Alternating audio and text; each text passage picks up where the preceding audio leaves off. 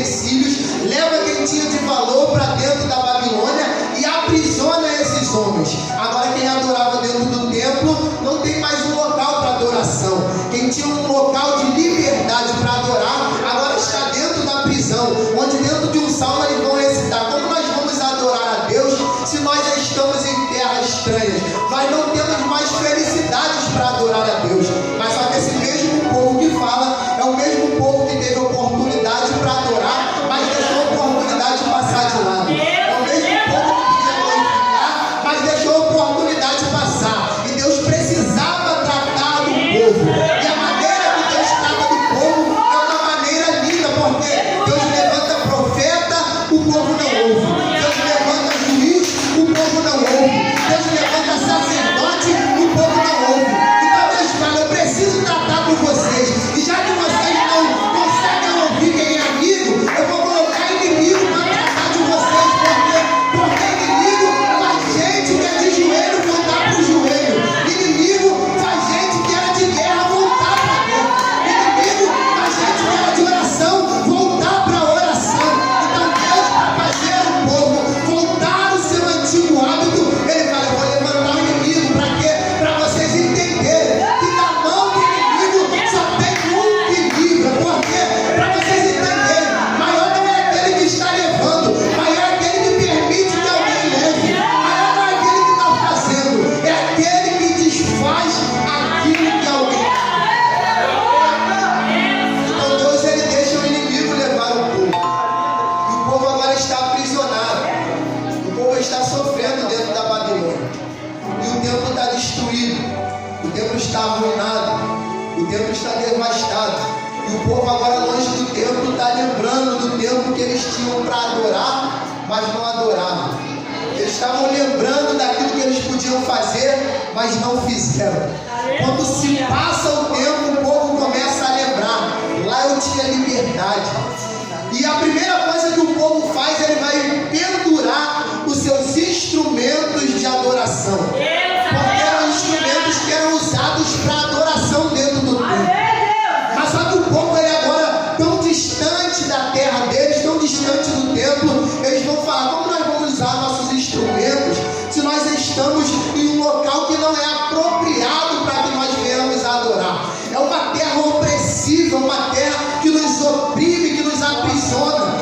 Os nossos adversários, eles estão caçoando da nossa cara, dizendo: cadê a adoração de vocês? Cadê aquilo que vocês faziam dentro do templo? Cadê o louvor que vocês cantavam lá? E na mente deles eles estão: nós perdemos a oportunidade. Mas só que Deus tinha um plano de redenção do povo. Deus tinha algo para fazer sobre a vida desse povo. O povo fica 70 anos cativo dentro da Babilônia. Quando o povo, ele começa a voltar-se aos preceitos, Deus, ele vai libertar o povo. Quando Deus, ele liberta o povo chega dentro da terra de Israel, chega na terra de Jerusalém. A intenção, ou a primeira coisa que o povo vai pensar é: nós ficamos longe demais da casa de Deus. E agora que nós ficamos longe demais, nós temos que reconstruir isso tudo, porque nós deixamos isso tudo se destruir, e tudo isso sendo destruído, destruiu nossa vida. Mas só que nós vamos reconstruir o templo para Deus. Então, organizado por Zorobabel, agora o templo vai começar a ser reconstruído. A casa de Deus vai começar a ser colocada de pé mais uma vez. Então eles começam a construção, onde dentro desse capítulo de número 2 do livro de Ageu, a Bíblia vai dizer que a palavra de Deus vai falar que a glória da última casa, ela será maior do que a da primeira. E eu fico me perguntando: Deus, por que a glória desta última casa, ela será maior do que a da primeira? Se no primeiro templo o Senhor diz que era bonito, era formoso, tinha pedras preciosas, tinha ouro, tinha prata, tinha tudo que era de bonito. Mas só que o povo do primeiro templo, ele perverteu, fez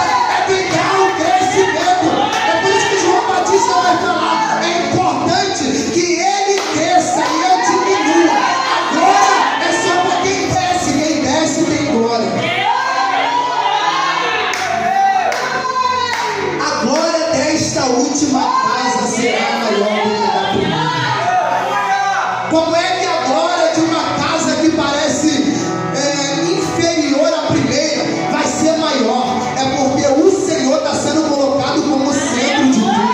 E quando Deus é colocado como centro de tudo, não precisa ter espaço bonito, não precisa ter espaço estiloso, não precisa ter muito dinheiro, não precisa ser bem vestido, não precisa falar bem, não precisa estudar teologia. Quando Deus é colocado no centro, Deus faz a mudança em qualquer lugar.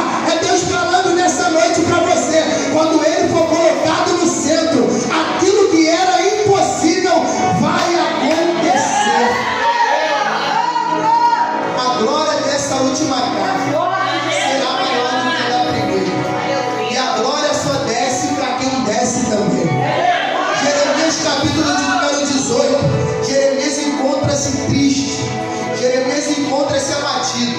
E a voz de Deus vai vir para ele e fala: desce à casa do olheiro, porque lá eu falarei contigo. Jeremias ele desce. Quando ele vai e desce à casa do olheiro, Deus ele começa a mostrar ele numa visão. E dentro dessa visão ele vê o olheiro trabalhando num vaso, e esse vaso se quebrou. E a ótica, o olhar de Jeremias era falar: aquele vaso se quebrou, o olheiro ele vai pegar outro e vai jogar aquele fora, vai descartar. Mas só que algo chama a atenção dele, que Deus, ou o olheiro, ele começa a trabalhar no mesmo vaso, começa a fazer o trabalho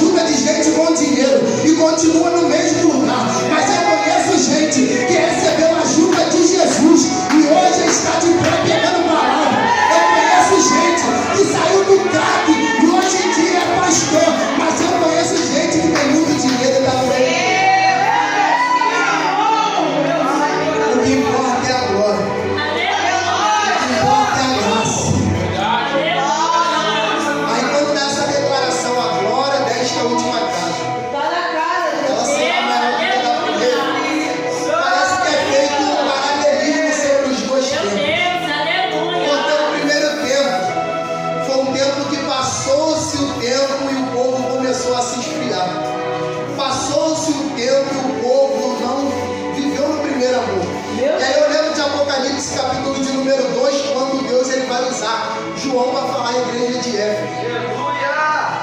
E como Deus fala, eu sei que você largou o primeiro amor. Eu sei que você não vive mais aquilo que você vivia. Eu sei que você não entra no tempo mais como você entrava no tempo. Antigamente você entrava dentro do tempo e falava: Senhor, não importa o que esteja passando dentro da minha casa, hoje eu quero te glorificar, quero te agradecer, quero bendizer o seu nome. Mas só que o tempo passa, e o tempo passando, quem entra dentro do tempo agora fala: Senhor, meu filho está lá dentro de casa, eu tenho que pensar nele. E o altar de Deus fica vazio daquilo que você tem que entregar. Você vem para a casa de Deus e deixa o altar vazio daquilo que você tem que entregar. Aí quando você chega dentro de casa, por você não entregar nada, você não entregando nada aqui, a situação continua a mesma coisa lá. Mas quando entrega-se tudo no altar, tem um Deus que muda as coisas. Porque Deus é um Deus que recebe no altar para mudar dentro da casa. Deus é um Deus que recebe no altar. A Bíblia diz que tem um homem, e esse homem ele tem um servo que ficou doente dentro da sua casa. Esse homem ele sai, ele deixa toda a sua posição, e deixando toda a sua posição ele vai ter com Jesus. Quando ele vai ter com Jesus, ele vai falar: o meu servo está doente dentro da casa. Mas só que ele tinha grande poder, ele poderia colocar outros servos, ele poderia chamar outras pessoas, mas só que ele se preocupa com aquele que está doente. E ele vai até Jesus e fala: ele está doente, eu preciso que o Senhor vá lá. Quando Jesus movimenta os pés, por ele entregar no altar, ele vai falar: eu não sou digno que o Senhor vá até a minha casa. Então se uma palavra, que a palavra que é liberada daqui, ela vai chegar lá. O homem entrega no altar, e quando ele chega dentro de casa, está tudo modificado. Ele entrega no altar, e quando ele chega dentro de casa, está tudo modificado, porque a mesma glória que ele sentiu e recebeu ali, é a mesma glória que alcançou dentro da casa dele. E Deus fala isso nessa noite: a mesma glória que você busca aqui, no valor da tua entrega, é a mesma glória que está alcançando a sua casa nessa noite. É a glória do Senhor que vai se manifestar para mudar a vida de alguém. A glória dessa última casa, ela será maior do que a da primeira. E o que diferencia um tempo para outro é que no primeiro, alguém por causa do tempo deixou de adorar. No primeiro, alguém por causa do tempo passado falou: eu já sei muito isso. Começou a ir para a casa de Deus só no automático. Começou a ir para a casa de Deus só para bater ponto, só para bater carteira. Começou a ir para a casa de Deus só para cumprir a agenda, cumprir tabela. E a casa de Deus não é isso. É por isso que Jesus ele fala: a minha casa ela será chamada casa de oração. Porque a casa de Deus não é qualquer casa. A casa de Deus é casa de santidade. E quem entra aqui tem que buscar santidade, tem que buscar a presença dele. A glória dele deve ser o principal dentro da casa.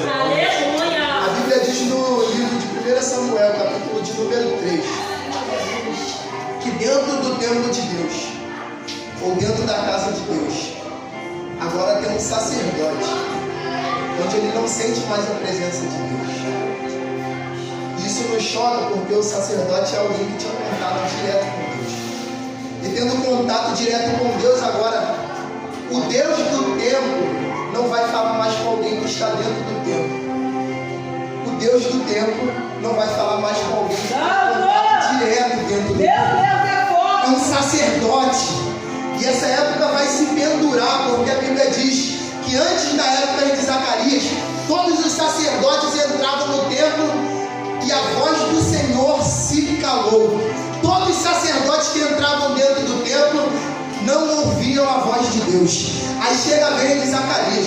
Zacarias, quando entra dentro do templo de Deus, aí eles estão esperando, será que ele vai morrer? Será que vai acontecer alguma coisa?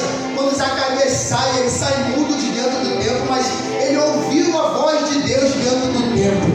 E a nação se pegava num período desse. O sacerdote ali dentro da sua casa, ele não conseguia mais ouvir a voz de Deus. E por que ele não conseguia mais ouvir a voz de Deus? Porque ele não estava no primeiro amor. Ele não não estava trazendo a primazia que era a presença de Deus.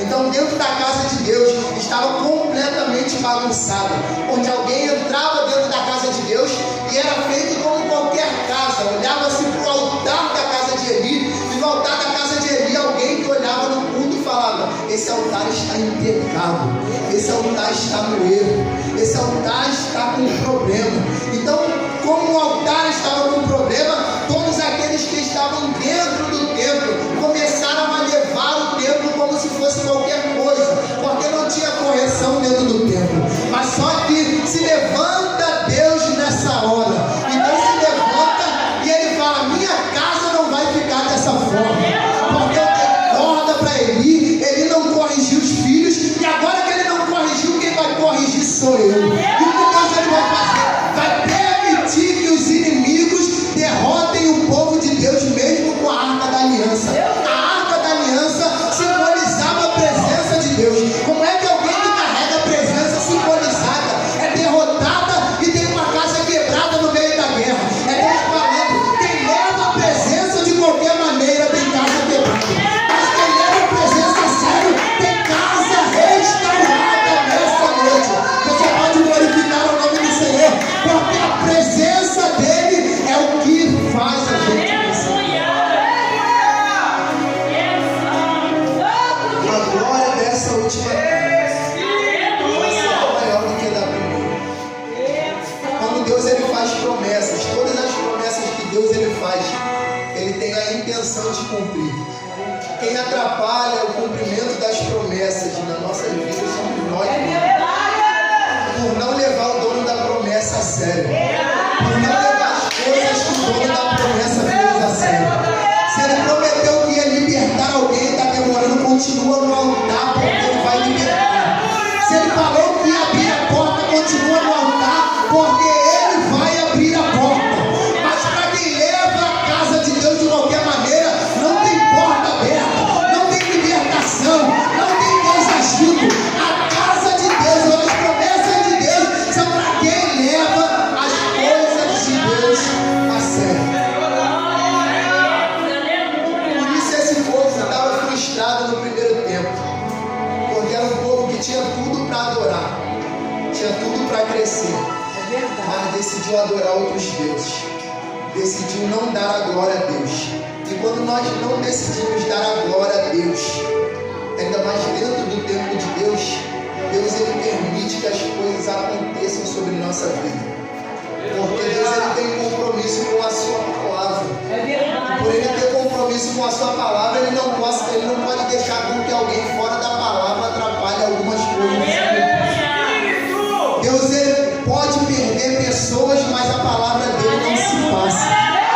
Deus ele faz algumas pessoas saírem do caminho, mas a palavra dele se cumpre.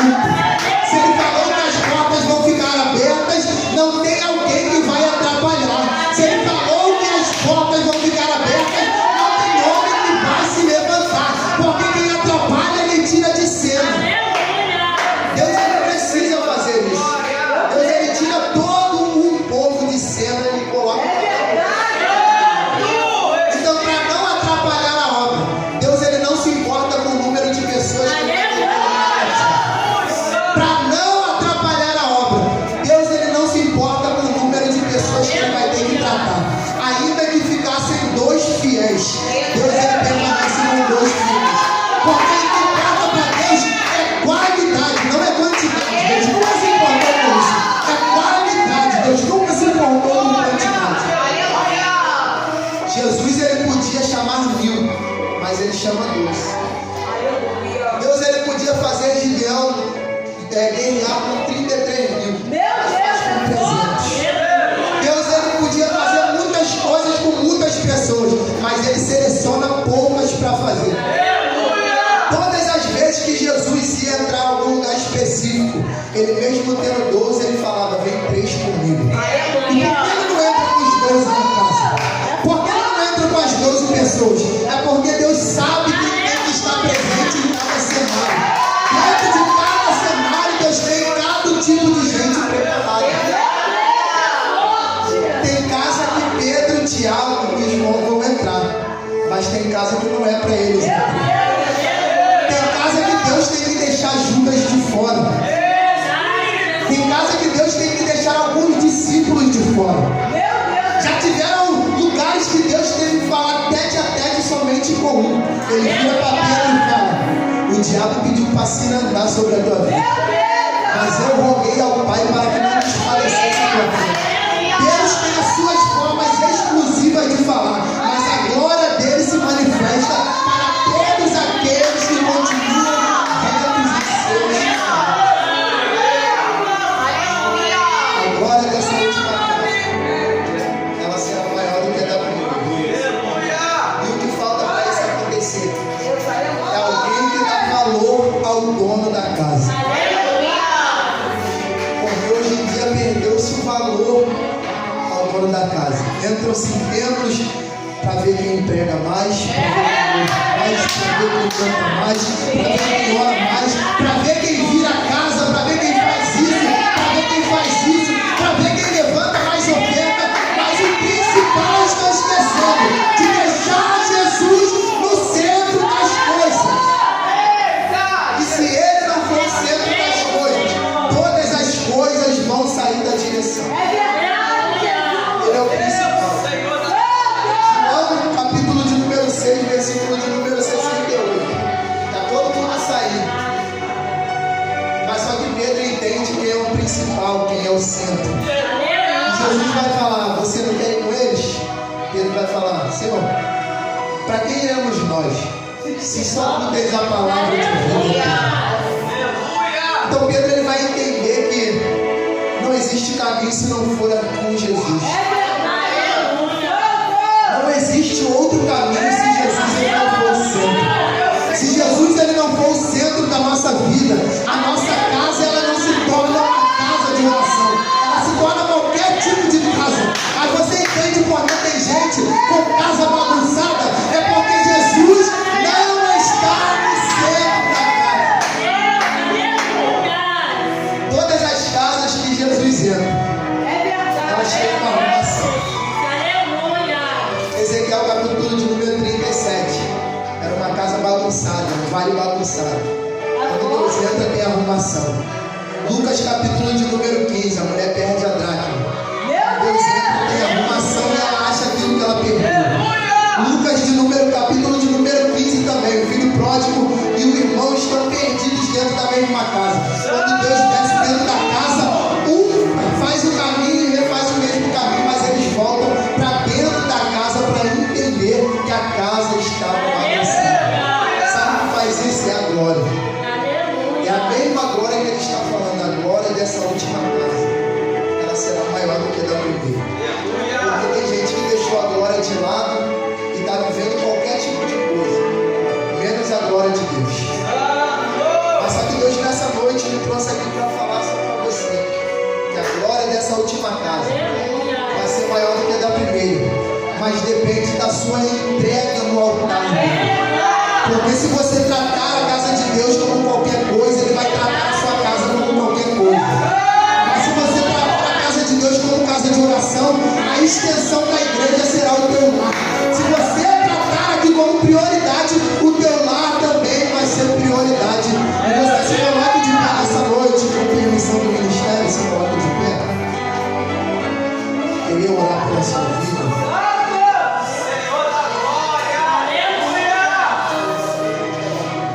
Nessa noite, Deus ele te convida a voltar àquela pessoa que você era. Que entrava aqui com a preocupação: será que eu estou atrasado para o culto? Será que o culto já começou? Será o que está acontecendo? Será que está tudo limpo? Será que as pessoas estão lá? Será que tem gente para receber? Deus ele te convida ao primeiro amor.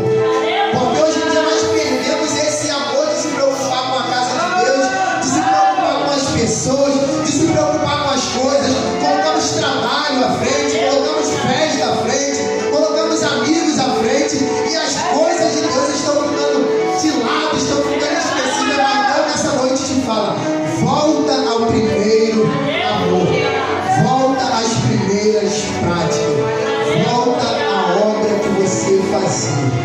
Coloca a mão no seu coração e vamos orar. Senhor, meu Deus e meu Pai, aqui diante da tua igreja nessa noite, Senhor, nós viemos te agradecer, Senhor, por essa palavra, Senhor, por esse culto. E por o Senhor ainda se preocupar com a gente, porque se o Senhor fala, o Senhor está alertando que nós estamos deixando algo em falta.